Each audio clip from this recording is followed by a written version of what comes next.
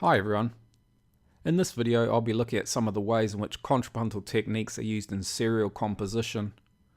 While an in-depth look at serialism is beyond the scope of this video, I will outline some of its more common characteristics.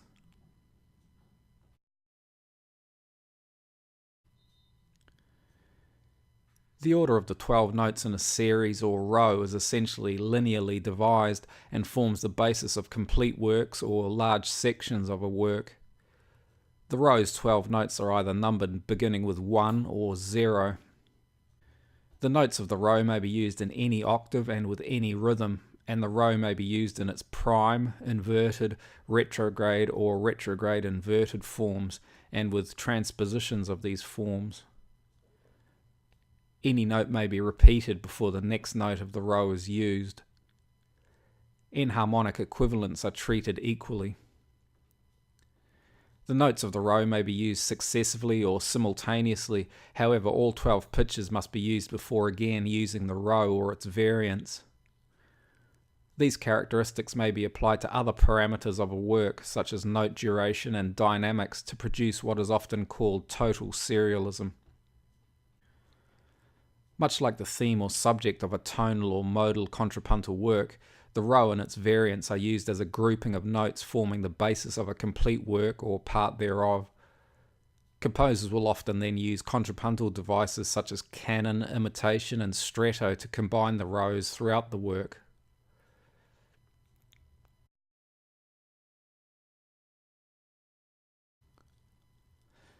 The first section of the second movement of Anton Webern's Variations for Piano is written with the left and right parts in canon.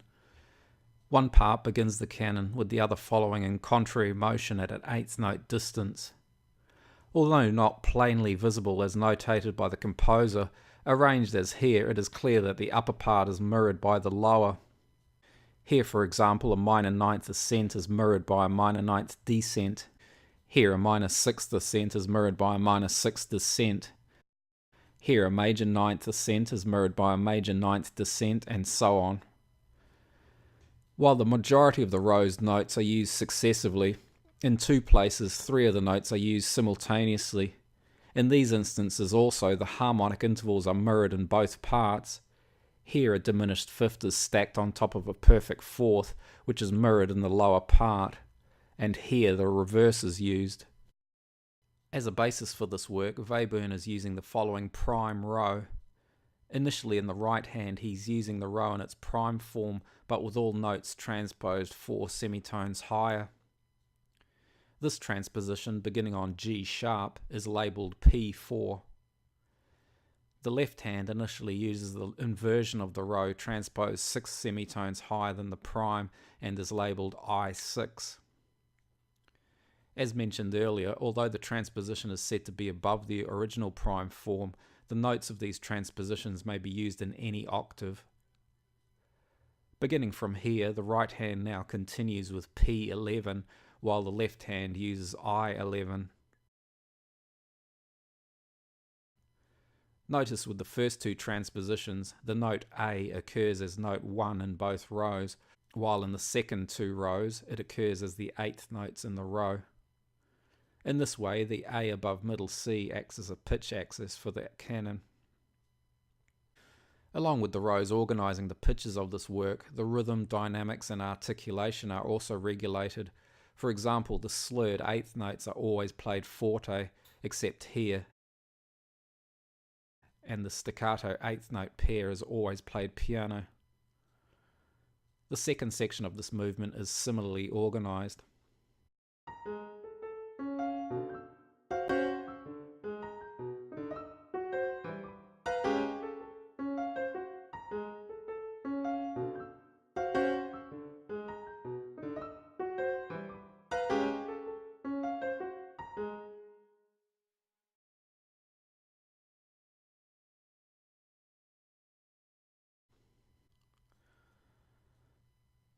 A freer use of serialism can be seen in the first movement of Igor Stravinsky's septet, which uses only the prime and inversion row forms.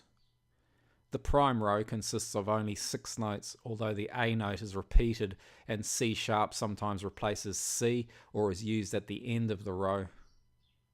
The inversion also contains 6 notes, including the repeated A notes.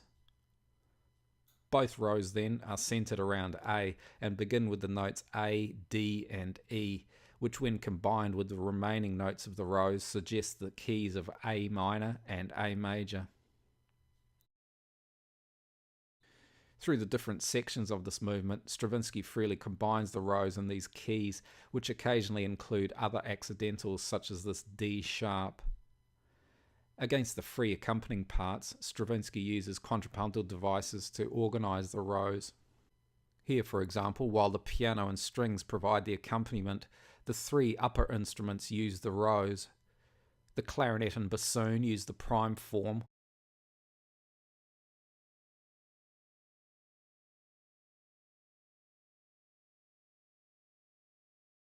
while the horn uses the inversion. The clarinet's descending figure is augmented in the bassoon part, and the inversion ascends in half-note values against these lines. And here the descending prime figure is used in stretto in the clarinet, bassoon and string parts. The bassoon and cello parts also include the 16th note figure, which uses only the row's final 4 notes. Against the stretto, the piano continues its accompaniment and the horns part moves between the notes A, D and E.